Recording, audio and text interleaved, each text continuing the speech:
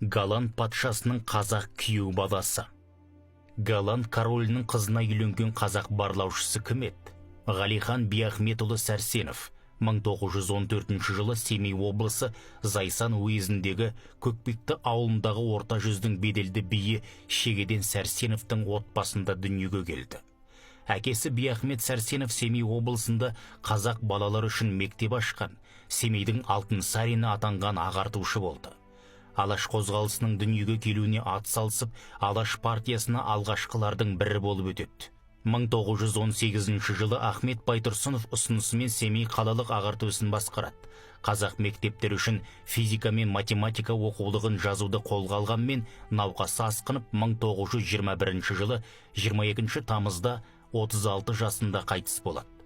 Осындай текті отбасында тәрбиеленген Ғалихан Биахметұлы мектепті үздік бітірген соң, 1930 жылдары қатарынан екі бірдей жоғары оқу орнында үлгеріп, оқу өте сирек кездесетін жағдай еді. Бітіргесін журналист және геолог мамандығын алып шығып, ағылшын, неміс, француз тілдерін жетік игереді. Осы ерекше дарындылығы үшін оған мамандығы бойынша қызмет істеу бұйырмады. Себебі ол барлау орындарының көзіне түскен еді. Солардың ықпалымен Тамбов қаласындағы РКК аға қарасты әскери училищесінде оқып, ұшқыш мамандығын лейтенант шенімен 1938 жылы бітіретті, сол қаладағы аэроклубта нұсқаушы болып уақытша жұмыс істей тұрады. Оның бұл кезде сырттай тағдыры шешіліп жатыр еді. Бұл кезде екінші дүниежүзілік соғыс басталып кеткен соң, Европа елдеріне барлаушыларға деген сұраныс артты. Сол кезде Ғалиханды Москваға шақыртты. Ғалихан мен РККА-ның бас барлау басқармасын 1924 жылдан басқарып келе жатқан екінші рангылы армия комиссары Ян Карлович Берзин өзі сөйлесті. Бұл кісі совет әскерінің барлау негізін қалаған аңыз адам еді. Кезінде совет одағының батыры Рихард Зоргенің өзін осы әскери барлау қызметіне тартқан болатын. Міне осы Ян Карлович Ғалихан Биахметұлымен жеке сөйлесіп барлау қызметіне тартты. 1938 жылы Ғалихан Сәрсенов құпия агент ретінде соғыс өрті шарпыған Еуропа еліне жіберіліп, шалдың өзі ғана байланысқа шығып тұрды. Шал деп отырғаным Ян Карловичтің өзі еді. Осыдан-ақ қазақ барлаушысы Ғалихан Сәрсеновтың атқаратын миссиясы өте құпия болғандығын білуге болады.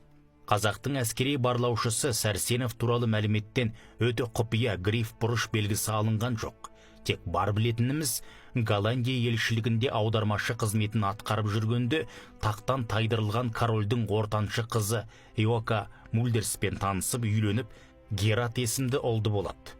1944 жылы одақтастар әскерлері Голландияны азат ететіні белгілі болғасын, ұлты қазақ болғасын, британ барлау орындары әшкерлеуі мүмкін деп, Ғалихан Сәрсеновті дереу Москваға шақыртады.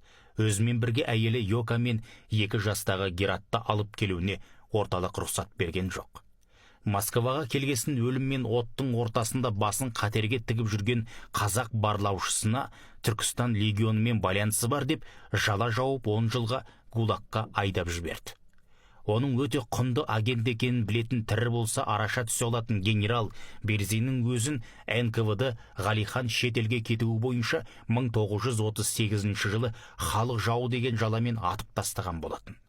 Радио эфирде шал ретінде нұсқауды енді басқа адамнан алып отырған ол білмеген еді.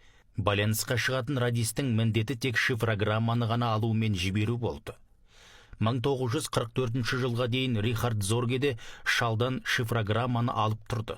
Соғыс басталатын уақытын дәл көрсеткеніне шал неге сенбейді деп қатты күйзелгенін жазушылар М және М Колесниковтар Рихард Зорге атты кітабында өте әсерлі етіп жазды. 1959 жылы халықаралық елшілік арқылы әйелі Йока Мульдерс Ғалиханның 16 жастағы ұлы Гератпен Москваға келіп күйеуі туралы сұрау салғанда қазақтың есіл ері Гулagта із-түзсіз жоқ болып кеткені белгілі болды. Тіпті қай жерде жерленгені де белгісіз болып шықты. Артындағы ұлы Герат әкесінің басына бір уыс топырақ та салмай еліне қайтып кетті. Міне, біз совет барлаушысы Штирлиц туралы фильмді жатқа білеміз. Ал өзіміздің қазақтың әскери барлаушысы Ғалихан Сәрсенов туралы, оның шетелдегі атқарған қауіп пен қатерге толы қызметі туралы